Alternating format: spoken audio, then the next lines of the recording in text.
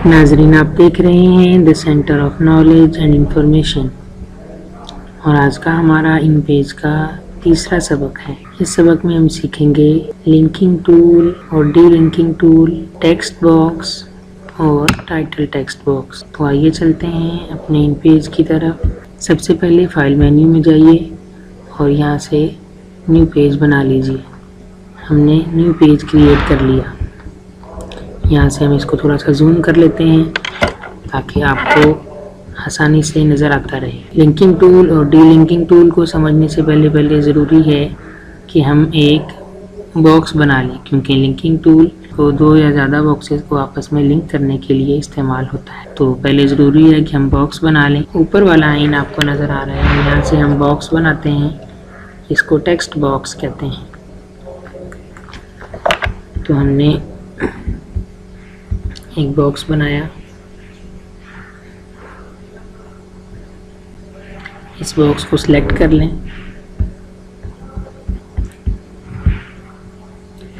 तो ये box select हो गया है। अब हमने इसकी कॉपी लेनी है और कॉपी लेने के 3 तरीके हैं हमारे पास। एक ये है कि हम इस पर राइट क्लिक करें, नीचे ये कॉपी का ऑप्शन आ रहा है। अगर हम ऐसा नहीं करते और हम एडिट मेन्यू में जाके भी कॉपी ले सकते हैं। ये एडिट मेन्यू है, या नीचे आए तो कॉपी ले लें और दोबारा से एडिट मेन्यू से ही इसको पेस्ट कर दें। तो यहाँ पे आके आपको छोटा सा एक बॉक्स से नज़र आ रहा है, आप इसको यहाँ पे लाके क्लिक करेंगे तो ये बन जाएगा। अब इसको अपने कीबोर्ड के एरो टूल के ज़रिए से ऊपर कर लें और इन दोनों को बराबर कर लें। इसी तरह से हम इन दोनों को भी सिलेक्ट कर सकते हैं।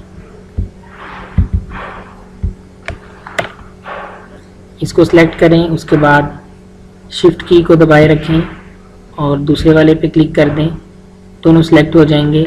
और अब इन दोनों की कॉपी ले लें। मैं राइट क्लिक करके कॉपी ले रहा हूँ और फिर इसको यहाँ पे राइट क्लिक करके दोबारा नीचे वाले ऑप्शन से पेस्ट कर रहा हूँ। तो यहाँ पे नीचे लाके क्लिक करें, ये नीचे पेस्ट हो जाएंगे। इसको एरो की से बराबर कर लें।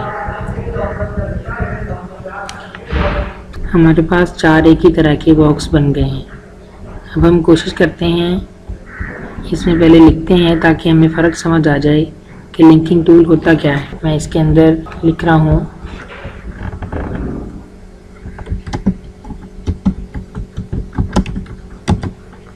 हम सब मुसलमान हैं। इसको सिलेक्ट किया, कॉपी कर लिया और मैं कॉपी पेस्ट के ज़रिए से इसको आगे बढ़ाना चाहता हूँ, लेकिन ये आगे नहीं बढ़ रहा और ये रेड निशान आपको नीचे नज़र आ रहा है। तो लिंकिंग टूल इसलिए होता है कि एक बॉक्स का दूसरे से लिंक हो जाए और इसके अंदर भी लिखा जाए, या यहाँ ख़त्म हो जाए तो हम इसमें जा सकें और यहाँ पे ख़त्म होने के बाद हम आसानी से इस बॉक्स के अंदर आ सकें और फिर आगे जा सकें। तो इसके लिए हम लिंकिंग टूल को इस्तेमाल करते हैं। तो ये हमारा लिंकिंग टूल है। इस पे आए तो आपके सामने आप आसानी से देख सकते हैं कि ये निशान बने हुए रंगों में नज़र आ रहे हैं। तो लिंकिंग टूल के ज़रिए से आप पहले यहाँ से, चूँकि हमने नीचे से ही हमारा पैरा ख़त्म होगा तो आगे हमने मुंतकिल होना है, तो इसके आखिरी वाले पे और इसके शुरू वाले पे क्लिक कर दें तो ये एरो का निशान इस तरफ आ गया है। और फिर हम यहाँ से चाहते हैं कि इसके नीचे से हम इस वाले बॉक्स में आ जाएं, तो यहाँ पे क्लिक करें और इसके बाद अगले पे क्लिक कर दें तो ये इधर से इस तरफ मुंतकिल हो जाएगा। और फिर हम यहाँ से इसको आगे लेके जाना चाहते हैं तो पहले नीचे वाले पे क्लिक करें और ऊपर वाले के इस पर क्लिक कर दें तो इस तरह से चला जाएगा। अब हम इसमें लिखना चाहते हैं तो लिखने के लिए सबसे पहले हैंड टूल पे गए और यहाँ पे लाके दोबारा से अगर मैं पेस्ट करता हूँ तो आप देख सकते हैं कि आसानी से ये आगे जा रहा है। ये हमारे बॉक्स सारे के सारे आपस में लिंक हो गए हैं और एक के बाद दूसरे में लिखाई जाना शुरू हो गई है। अगर हम चाहते हैं कि इन बॉक्स का आपस में लिंक ख़त्म हो जाए तो उसके लिए हम डी लिंकिंग टूल इस्तेमाल करते हैं। ये नीचे वाला, इसके नीचे वाला हमारा डी लिंकिंग टूल है। तो हम इस लिंक को ख़त्म करना चाहते हैं तो ये क्लिक कर दिया, ये लिंक ख़त्म हो गया और यहाँ पे कर देंगे तो ये ख़त्म हो जाएगा और यहाँ पे कर देंगे तो ये ख़त्म हो जाएगा। इसके बाद है हमारे पास ये जो ऊपर वाला आइन है, इसको टेक्स्ट बॉक्स कहते हैं। ये बॉक्स बनाने के लिए इस्तेमाल होता है, जैसा कि हमने इसके ज़रिए से बॉक्स बनाया। और इसके बाद है नीचे वाला टाइटल टेक्स्ट बॉक्स। तो इसका तरीका भी यही होता है कि इसको अच्छे ऐसे पकड़ के आप ड्रैग करें, जितना ड्रैग करेंगे ये उतना बन जाएगा। और इन दोनों में फ़र्क क्या है?